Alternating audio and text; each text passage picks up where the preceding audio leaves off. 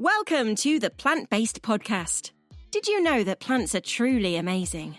Not only can you grow them and eat them, you can also wear them, drink them, nourish your skin with them, and so much more.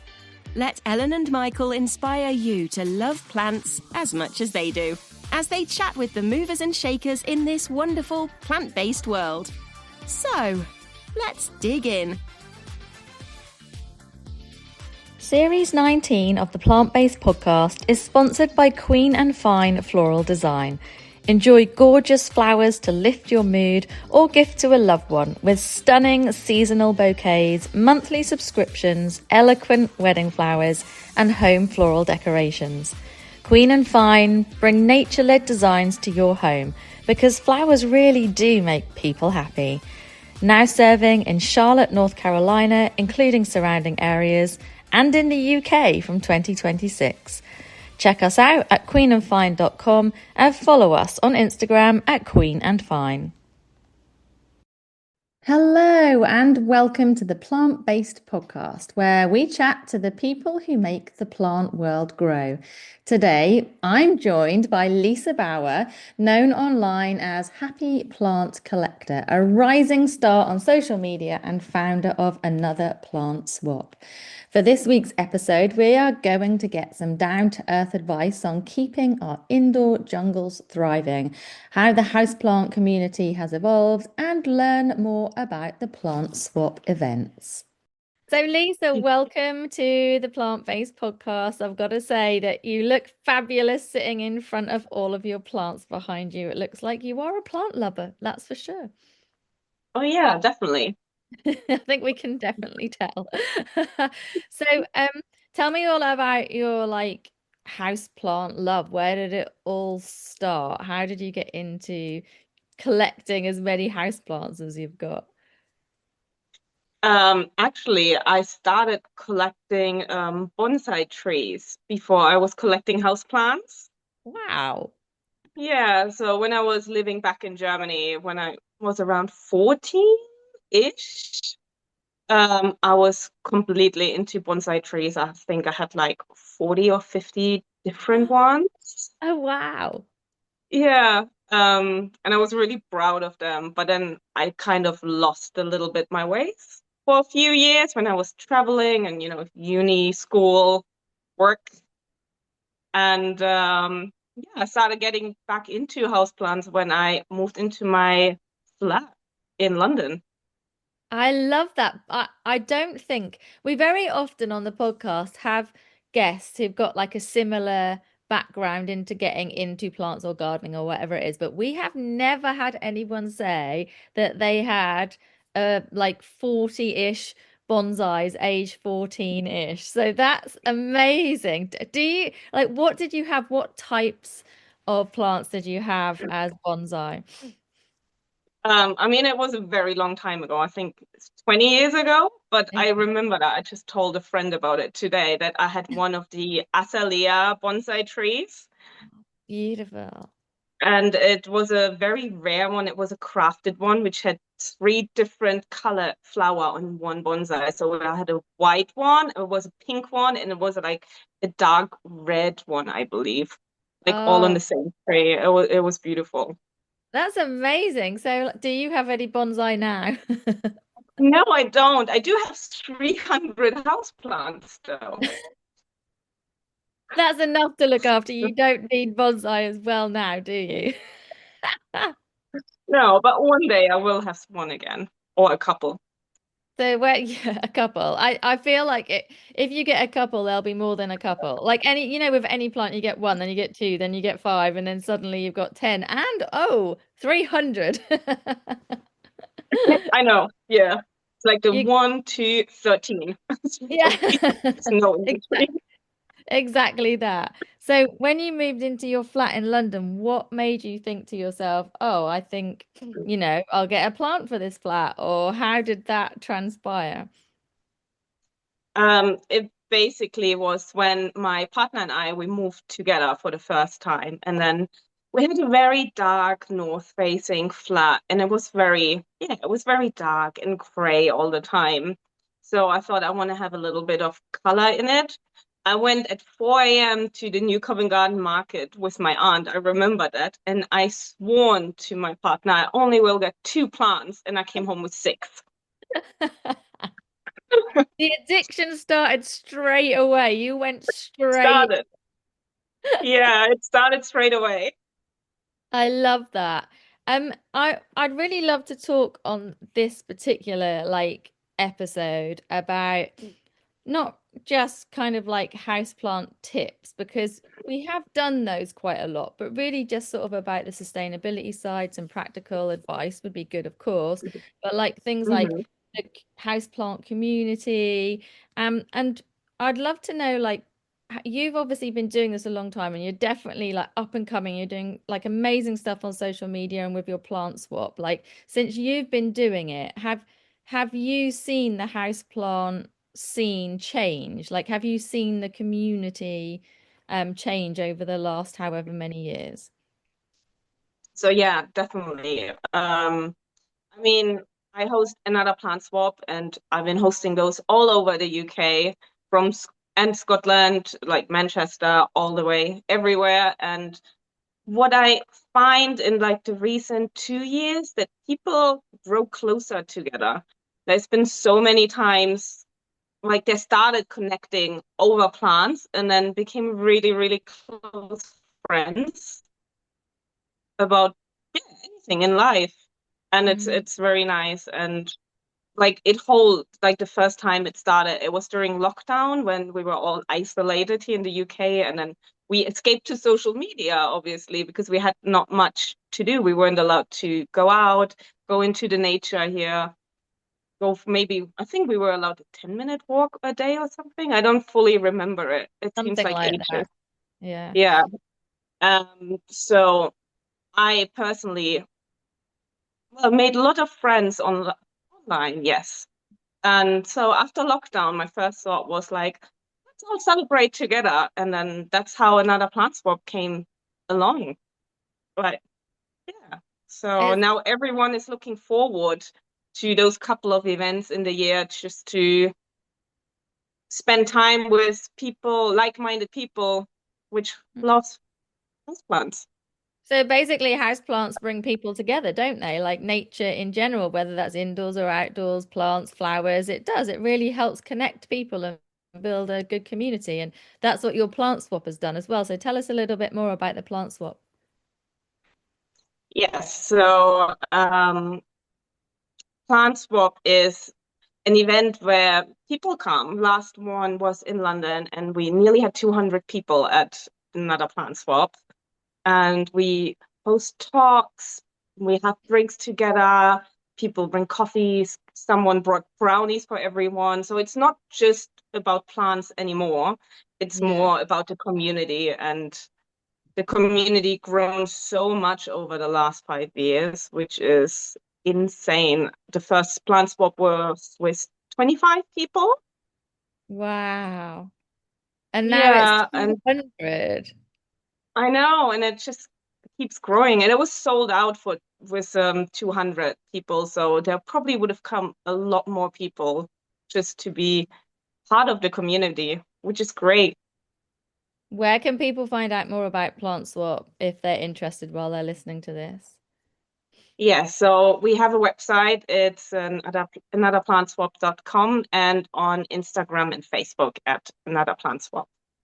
That's very, very cool. Okay, so talking about kind of Instagram and Facebook and social media and all of that, it can be very easy for someone to see pictures and reels and stuff with the perfect houseplants. But the reality is that actually sometimes it can be stressful because you can find pests and diseases, that kind of thing. Like we all have that. We were talking about it before we started recording, weren't we? Like from thrips to mealy bugs, and I've got spider Yeah. mites with my alocasias. And like 10 minutes before we came on here, you found thrips on your plants as well. And it's important, isn't it, for people to know that you don't have to have perfection. What advice do you have for people who like kind of feel guilty or anxious, if you like, because they're not perfect at keeping plants?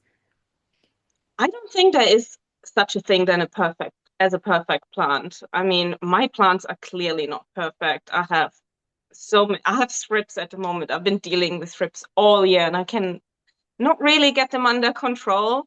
I start using a lint roller and roll them off their leaves. Okay. And that, does it Just a work? little larvae. Yeah, I've never It seen does that. work, yeah. Okay. That's a It really does good work because I tip. don't want, I know. I'm gonna Just a have to lint do roller it. and then Yeah, so you you can just roll get like everything. the Any roller bits and off, I know. So that's you don't have to awesome. use any pesticides or anything. I mean, pesticides are not good anyway. You shouldn't put them in your plants or inhale them or deal with them. So yeah, I think for me that's kind of not getting fully rid of them, but keeping them under control. It works well. And you know what? Sometimes that's the key, I think, is just keeping things under control because you can't always just eradicate something, especially, if you want to do it organically or sustainably. It's just like in a Yeah. garden outside. It's just managing sometimes rather than like eradicating. So that's really good. I'm going to give that roller a go on my plants as well. That's a great tip. You do give really good advice online and some fun stuff as well. And I love all the plants that you've got. So listeners, definitely go follow Lisa. But we'll tell everyone about that at the end, like where to find you. But because you've been doing this for such a lot of years and you really do have a lot of knowledge, what advice can you give for like to people, like the most common mistakes people make with houseplants and how they can avoid them?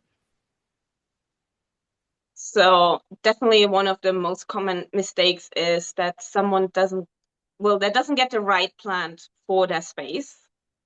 So every plant needs light. Like if you have a really dark or a bathroom with no windows, you probably shouldn't put a plant in there. It's not going to thrive. It's very likely not going to survive. So I would say do your research, um, check, yeah, if the plant would fit in your space. Try not to go with a complicated diva-like plant like a calathea. They are very temperamental. Uh, I don't like those. I think we had this conversation online once. They are honestly, I've tried so many times, I've given up now. No, I just bought one just to be curious if I could make it work. How's it going? It's just a one leaf cutting so far. Okay, okay. So So basically, like right plant, right place, and that's the same again with a garden outside. Like any plant, indoors, outdoors, right plant, right place. Like you say, I have seen firsthand, like someone who's bought a new plant and they've read that it's okay in shade, and so they put it in the room, like the bathroom without the window kind of thing, and then it's literally not well at all. Even when a plant says it's okay in shade, it doesn't mean no light whatsoever, does it? Like you said, all plants no, need light. all plants need light. Some need more light than others.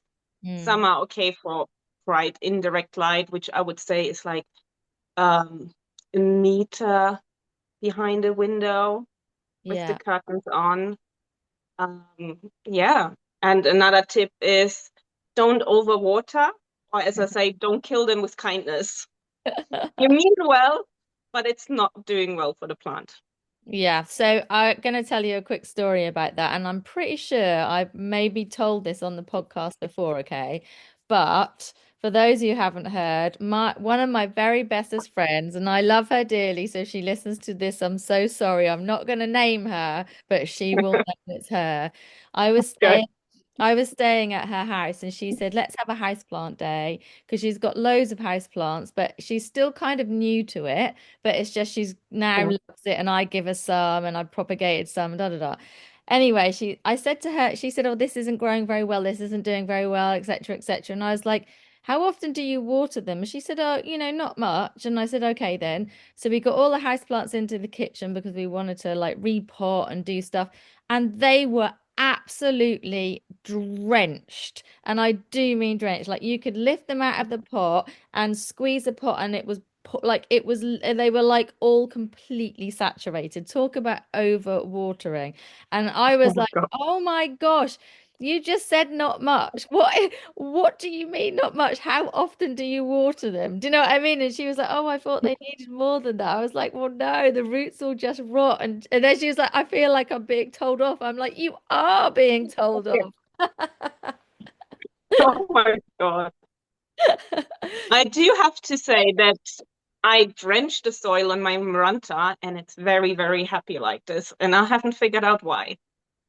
You know what? I do think that even if the theory says one thing, it depends very much on your environment, doesn't it? And your home and each plant. And Yeah. I think if you just look at each plant and learn what it likes, that's the best way to do it. But these plants were drenched and then in the outer pot, so they were sitting in water. Do you know what I mean? It's not like I drench my plants a lot Mm. and then I just let the water drain away. But these were all like sitting in just puddles of water. Oh no. Old stinky puddles of water. Yes, sticky puddles, but it's okay. They're all good now. So, do you think that overwatering is worse than underwatering? Yes, 100%. Okay, good tip. Um, Good tip. And the plant will tell you when it wants water as well. It will droop the leaf. Like begonia plants are the best example because they are so temperamental. Or a peace lily, as soon as they want water, they will tell you. Yeah, absolutely. Yeah, they'll droop, and then you can Yeah. water them, and that's that. Yeah, like look for No, the signs. Yeah. yeah. And then they'll perk back up again. Yeah, and that's exciting when they perk back up again. Is it sad how excited I am? Like I can even picture my peace lily and it droops over and then where it all like comes back to life and you're like, oh wow, that's so exciting to see that. It is. Yeah. It's nice. Well, I've got to say the plants behind you look very healthy. Thank you. They look so, so pretty. I find it on my south-facing window I moved into my flat. Yeah. Not in the north facing anymore. Not in the north facing anymore, no. That's nice. So, another hot topic is sustainability, because obviously sustainability and outdoor gardening is a big thing, and that has to translate to indoor gardening as well. What do you have any tips of how houseplant owners can be a bit greener inside, like with compost or with pots, or what kind of sustainable ways can we keep indoor houseplants? You can keep your houseplant in basically anything. My day job, I work as a pastry chef, so will always take a lot of plastic containers from work, which would have been, and I just put up my plants in that. So from, yeah, plant, you can reuse nursery pots, you can reuse your plastic iced coffee cup and put your plant in there and just like poke a few holes at the bottom for drainage and they will be happy in there. Um, as well as I'm reusing like broken bowls as like decorative pots. That's nice. Um, yeah, just because you cannot eat out of it anymore. So it still looks pretty if you plant something inside.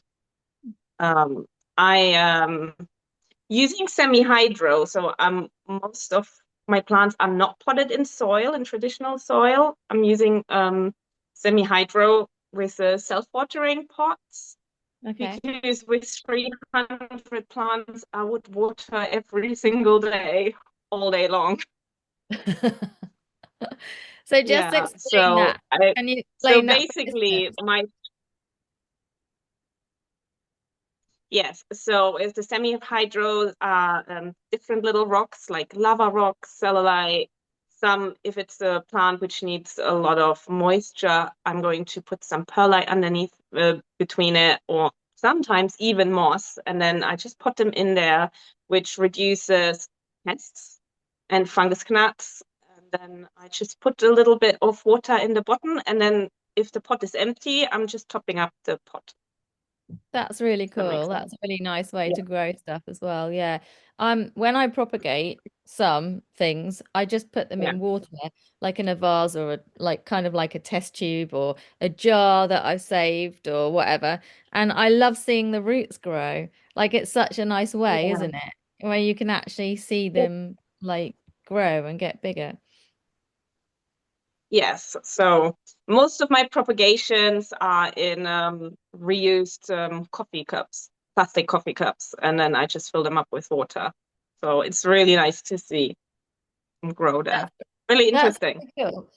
Yeah, that's really cool. So on our coffee table, I always have a vase with a monstera cutting in because the roots just go round and round the vase, and I think that looks just as Yeah, nice as a plant in a pot. it does. Yeah. Sometimes if it have too much sun in the water, you have some algae build up. So I just put like a classic pothos cutting in because if you put the pothos cutting in the water, it gets rid of all the algae, Another good which tip. is very What? I interesting. I don't know the science behind it. never I knew don't know that. the science behind it, but it does work, and it makes your makes your plants root faster because of their hormone they give into release into the water. That's so cool. I never knew that. I'm learning stuff. I love it. I love chatting to people because I learned so much. Yeah, I never knew that. That's such a good idea. So there's loads of ways you can do basically grow indoors. And like you said, just using plastic containers, reusing stuff, coffee cups, all those kind of things. Yeah. Why not? Better than throwing them away, at least not immediately. Um, Now, because obviously you've got 300 plants and you've had 40 bonsai before, and probably a whole load of plants that haven't made it, like all of us, you as well. Um, in your opinion, do you think there's any underrated houseplants? Like, are there any houseplants that you think don't get much love on Instagram, but that you love to grow? I love, absolutely love pothos. Okay. So yeah, I have a sentimental value to pothos. Like my grandma gave me one cutting, which like a couple of years back, and it's such a beautiful plant. But if you put a pothos or epipremnum cutting on a moss pole, the leaves will get huge. Ah, that's a good tip as well, to put them on a moss pole. Yes, so they can climb up instead of trailing down. So I have some pots of pothos on like I don't even know what you would call it, but like at the top of our stairs is sort of like a rail, and I've got Yeah, them on there, and then they hang over down the stairs. But having some on a moss pole, I could definitely do, and then I'd be able to see the difference between the size of the leaves. That's a really good idea. yeah. So I have the exact same plant. One is trailing and one is climbing, where the trailing one, the leaves are around like 4 centimeter long, Really. and the climbing one is probably 60 centimeter long. Oh, wow. Same plant, same time. Yeah. Okay, that's really cool. That's another good tip. So I'm gonna give that a go. And if anyone at home gives it a go, let us know and tag Lisa in for sure so we can see it. That would be very, very cool. And and they're really easy to grow, aren't they? Pothos in general. Is Yes. that why you love them? I know you have sentimental value, but do you propagate them at home? And are there any particular ones that you like more than others? They are super easy to grow. It's one of the, I would say, unkillable plants. Mm-hmm. Sometimes I forget and don't water them for 3 months in summer, and they're completely fine. They get one yellow leaf, and I just keep going and keep growing. Um, there are so many different ones. I personally love variegated plants. So as more different colors, as better it is, it's more fun it is for me. So I have a golden pothos, which has a yellow variegation, but then I have as well one which is called Snow Queen, which is white with mint dots in it. sprinkles. Oh, that sounds really nice. And does the kind of colors come out more if they have light? Yes, they do. Yes. Okay. Okay.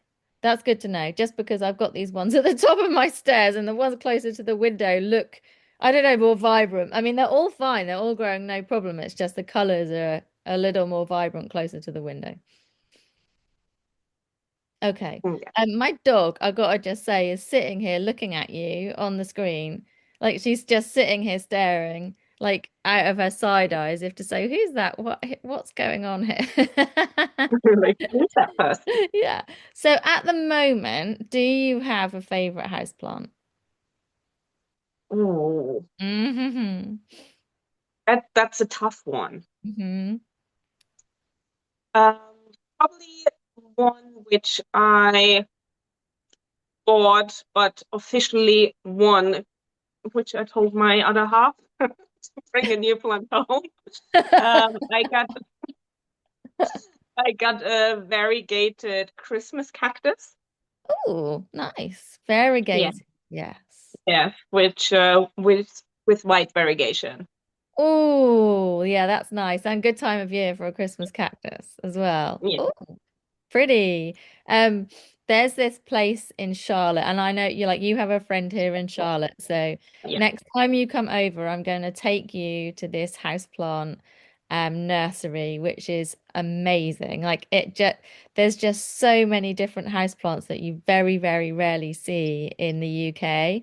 And I took Michael there when he was over a couple of weeks ago, and he just yeah. couldn't believe it. He was like, "But there's all these plants and they're just like casually sitting here." I was like, yeah, I know, it's Mm. so cool. So next time you come over, we'll Oh, definitely take you to have a look because oh it's yeah, definitely. I might try to take some home. yeah. We've all done that. Don't worry, we've all done that. So in the houseplant world, what do you think is coming up next? Are we, I don't know, on the edge of a new trend, or do you think old favorites might return? What do you think that the world of houseplants has got coming up? So I think that the upcoming trends in houseplants are um, more of unusual plants which you don't see often. Some funky shaped begonias, one Mm, with interesting colors, unusual colors. Variegated cacti, definitely getting trendy, and variegated alocasias. They nice. were very big at the last swap, variegated alocasias. So variegation and just things that are a little bit different. Yeah, I get that. Yeah. I cannot wait for you to come back here. I can't wait to take you to this place. In fact, next time I go, I'm going to have to just take some like photos and send them to you. You'll Oh, love yes, 100%. it. So, do you have the next plant swap arranged, or do you know when that will happen next? I personally know. We officially don't know. But there'll be No, one I have, hopefully soon. yes, soon, yeah. Okay, that's very cool. So, where can everyone find you online so they can follow you on Instagram and see what plants you're growing at the moment? Yes. So my Instagram handle is Happy Plant Collector Mhm. on, well, Instagram, TikTok, YouTube, and Facebook. Okay, cool. So you will get to see if you follow Lisa some very cool plants, lots of tips, some good fun as well, because we have to have a laugh, don't we? In the houseplant world, it's Yes. always good to have a giggle too. Lots of tips and expert advice. So go follow Happy Plant Collector. Lisa, thank you so much for joining us on the podcast today. I'm always happy to talk about houseplants, especially. And I'm going to go and try the little lint roller thing on my leaves downstairs now. That's a That's great going tip. to be my evening. Is that Oh, that's what you're gonna do? So while your other half is yeah, watching football tonight, you're gonna go round and yes. use on your with plant. my lint roller over the leaves of my plant and then roll off the strips. I love that. I'm Yeah. also going to put a pothos cutting into my Monstera vase. I think that's a great idea. Yeah, you 100% should. I'm going to report back on that and let you know if it works. Yes, please. Thank you so much, Lisa. Thank you. Good luck with the plant swap and see you soon. Thank you. Bye. Bye-bye. Queen and Fine Floral Design are sponsors of the plant-based podcast for Series 19. We provide nature-led designs for your home, office and events because flowers really do make people happy. Check us out at queenandfine.com and follow us on Instagram at queenandfine.